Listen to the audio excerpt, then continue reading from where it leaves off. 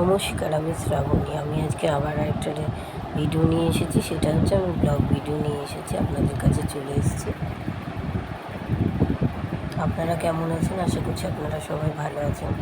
আজকে আমার ভিডিওটা একটু অন্যরকম, সব কিছু মিলিয়ে ভিডিওটা দেখুন আপনারা। এই আমার সকালে উঠে কাজ, বিছানা গোছানো। আজকে স্যাটারডে বলে আমার মেয়ের স্কুলটা ছুটি, তাই যায়নি। ফ্রাইডেতেও যায়নি, কারণ ওর খুব শরীর খারাপ ছিল। গতকাল ওকে নিয়ে ডাক্তার দেখাতে গিয়েছিলাম। রাত্রিবেলা ডাক্তার দেখিয়ে এসেছি, আবার ডাক্তার দেখিয়ে এসেছি, এই নিয়ে 3বার দেখালাম। শরীরটা একদম ভালো যাচ্ছে না ওর, না আমাদের সবারই, ওর বাবার আমাদের সবার শরীর খারাপ। আমরা সবাই ওষুধ খাচ্ছি, অ্যান্টিবায়োটিক খাচ্ছি সবাই। এই আগের দিন সব কাঁচা ধোয়া করে শুকিয়ে আজকে সব বালিশের পিলো কভার টভার সব বললাম, চাদরগুলো তুলে ঠিক করলাম। মেয়েটাকে বললাম একটু সরে যাও, আমি আগে ঠিক করে নিই, তারপর তুমি আসবে, এগিয়ে আসবে। কারণ ও তো বোঝে না, বাচ্চা শিশু বারবার এগিয়েই চলে আসে।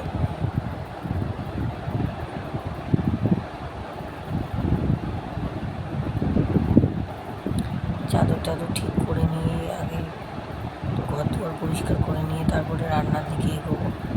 আস্তে আস্তে রান্না টুকিটাকি যা আছে সব করে নিয়ে আগে কিছু জামা কাপড় উঠে আগে সকালবেলা সব রোদে দিয়ে দিয়েছি।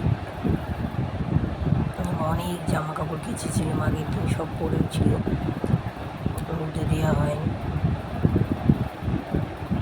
দেখুন আপনারা কেমন গোছালাম, বিছানাটা পরিপাটি হয়েছে।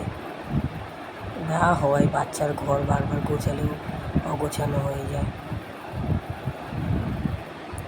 খুব গরম পড়েছে, তাই বারবার করে মুখ মুছছি, ঘেমে যাচ্ছে।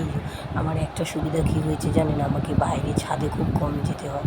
এই যে আমার যে এইদিকে ঘরে, আমার যে প্রত্যেকটা ঘরের জানলা দিয়ে না প্রচুর রোদ আসে, যার জন্য আমাকে ছাদে যেতে হয় না। আমি জানলার মধ্যে সব জামা কাপড় মেলে দিই, ক্লিপ দিয়ে মেলে দিই, যাতে নিচে পড়ে না যায়। এইভাবে আবার নামিয়ে ফেলছি, সব তুলে ফেললাম, শুকিয়ে গেছে। আর যেগুলো ভেজা আছে আবার নতুন করে দেবো। আমার খুব সুবিধা, জামা কাপড়গুলো আমার ছাদে যেতে হয় না খুব বেশি। একদম রেয়ার আমাকে এই জানলাগুলো দিয়ে, আমার ঘরে যে জানলাটা, এই অন্য ঘরের জানলাগুলো দিয়ে রোদ আসে। আমার শীতকালে না বিছানা আমি তুলে রোদে দিতে পারবো, এতটাই রোদ আসে। এই দেখুন আমি সব এরমভাবে মেলে দিই, ক্লিপ লাগিয়ে যাতে কিছু নিচে না পড়ে যায়। বৃষ্টি টিষ্টি হলে জল টলের নোংরা একটা থাকে, তো সেগুলো আমি এখানে মেলে দিই সব। এবার আমি ঘর দুয়ারগুলো পরিষ্কার করে নিই। অর্ধেক জামা কাপড় আমার শুকিয়ে গেছে, তুলে নিলাম, নিয়ে আবার মেলে দিয়েছি। ঘর দুয়ার পরিষ্কার পরিচ্ছন্ন করে নিয়ে ঝাড় দিয়ে তারপর রান্নার দিকে ঢুকে যাব।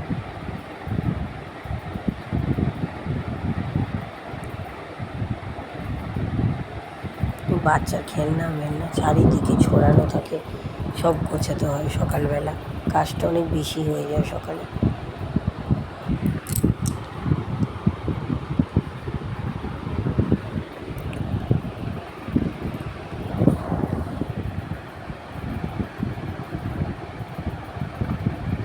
বড় ঘর তো, ঝাড় দিতে সময় লাগে চারিদিক।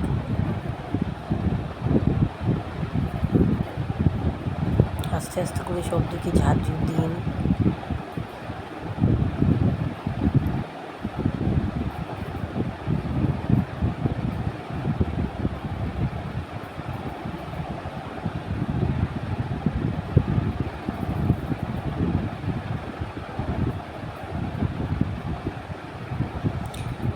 ঝাড়টা দিয়ে তারপরে আমি মেয়েটাকে স্নান করিয়ে রান্না করতে শুরু করবো।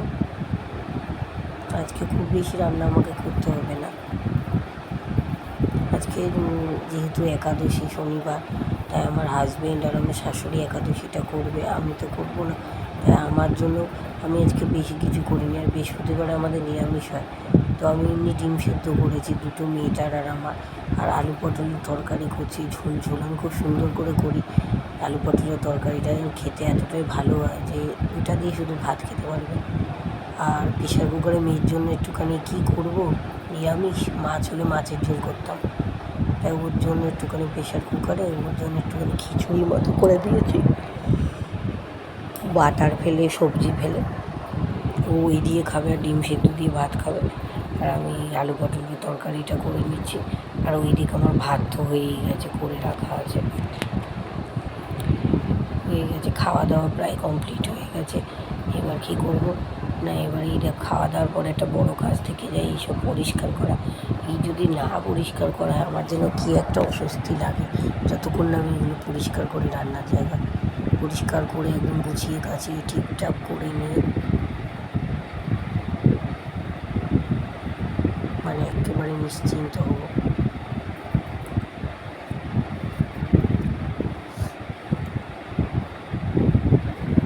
এটা মাঝে মাঝে চলে আসে, মাঝখানে এসে বিরক্ত করে খুবই।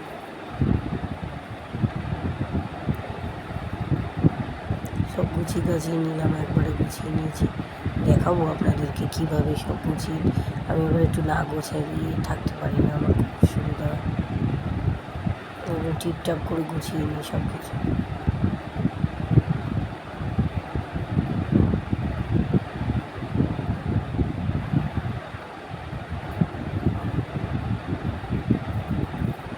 গ্যাসের জিনিস বাসন কুসন যা থাকে এগুলো সব মেজে নিতে হয়, জিপ টিপগুলি ভালো করে না মাজলেও হয় না। না এই বেলাও খুব বেশি রান্না করিনি, আবার ও বেলা করবো। ওবেলা একাদশী রান্নাগুলো করতে হবে, তো কাজে বেরিয়ে গেছে, ফিরেই রাত্রিরে এসে খাবে, এই যে গোছানো হয়ে গেছে সব, একদম ঠিকঠাক করে গুছিয়ে নিয়েছি। এবারে মেয়েটাকে জামা কাপড় খাওয়ানোর পরে চেঞ্জ করে, ও দেখুন না আমার টিপ নিয়ে খালি পড়বে, দেখি এসে দেখেও আমার টিপ পরে বসে আছে। এবার ওকে একটুখানি করে ওষুধগুলো খাইয়ে দেবে একে একে, কেন ওষুধগুলো না খাওয়ালে হবে না, নাহলে শরীরটা সুস্থ হবে না। খুব ঠান্ডা লেগে গেছে।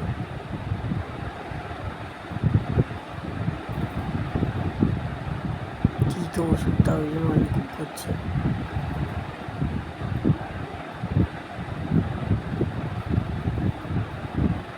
ওকে নাকে খুব সর্দি হয়েছে, ওকে নাকে ড্রপ দিতে হয়। ড্রপটা ওকে নাকে দিলে, এই ড্রপটা হচ্ছে নোজালসের এটা খুব এটা করা ড্রপটা, এটা দুবারই দিতে হয়। ওই ড্রপটা 4 ঘন্টা পর পর দিতে হয়, আরেকটা ড্রপ আছে। আমি আজকে আপনাদের একটা জিনিস দেখাবো, সেটা হচ্ছে এটা আমার মেয়ে নিয়ে খেলছে, এটা আমি ধুয়ে দিয়েছিলাম, আমি ঘর দুয়ার পরিষ্কার করেছিলাম, এটা আমি নিজের হাতে করেছি। এইটা ঠিক আছে, তো আমার মেয়েটা নিয়ে খেলছে, ঘর দুয়ার মুছে টুছে আমি ফ্রেশ হয়ে নেবো। ওগুলো ঘেমে চান করে গেছি, সকালবেলা একবার স্নান করলেও তারপরে এই অবস্থা হয় শরীরে। রান্না বান্না করে খাওয়ানোর পরে শরীরের অবস্থা একদম মানে খারাপ থাকে।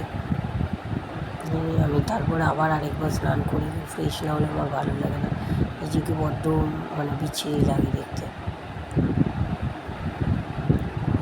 পরিষ্কার করে নিয়ে তারপরে ওই যাই খাওয়া দাওয়ার পরে যে এইটুকু কাটা জামা কাপড় আছে এগুলো আবার ধুয়ে দেওয়া মেলে।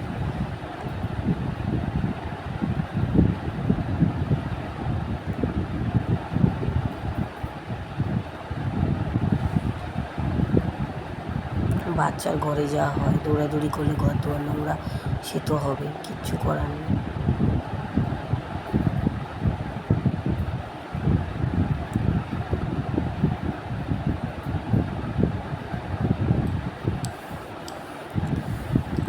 পরিষ্কার করে নিয়ে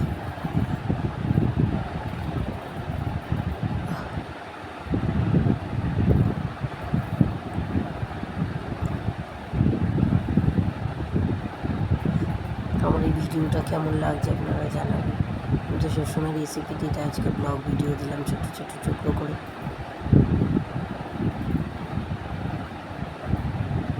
একরকম ভিডিও সবসময় করা উচিত না, অন্যরকমভাবে ভিডিও করা উচিত, তাই না বলুন?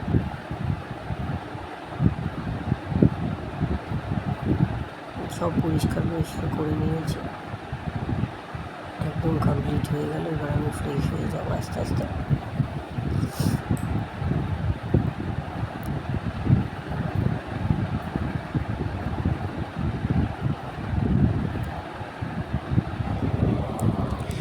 পাপোশ টাপোশগুলোকে পেতে দিতে হবে এবার সব ঘরে।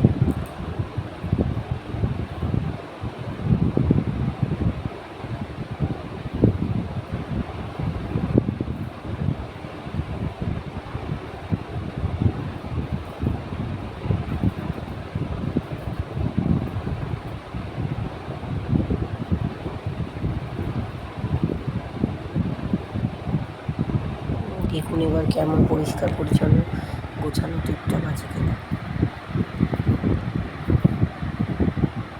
আমার মেয়ে কারি হচ্ছে খেলনা নিয়ে বসেছে বিছানা। দেখুন মনেও খেলো।